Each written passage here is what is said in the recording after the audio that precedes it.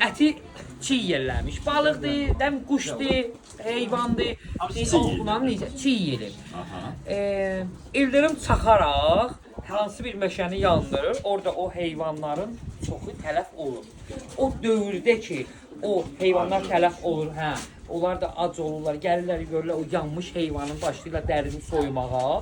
Onun içində o əti yeyəndə görürlər ki, bişmiş halı daha yaxşıdır. Yəni o anlamla, o əsrlər boyu, yəni səliqə səhmana dönüb elə gəlib. O necə Sezar salatı yaranıb?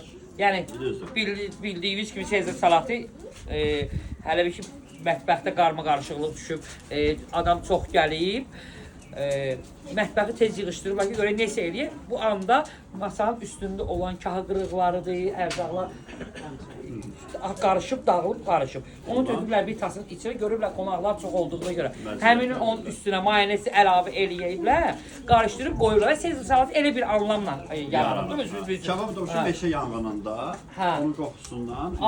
O qoxudan daha, o da elə yaranır. Kartoşka da mən bilən hələ yaranıb, kartof da meşə yanğınında yaranıb. Saçda eyni anlamla, yəni çöldə, dağda bişən bir şey olub, yəni orada lava daşının üstündə başlayıblar bişirməyə. İndi moda salıblar restoran sistemində, yəni ayrı-ayrı bişirib sacı qarışdırırlar. Əsla sac ardıcıllıqla birinci əti bişir, 5 dəqiqə, 3 dəqiqə qalıcı soğanıdır, göbələyidir, biberidir.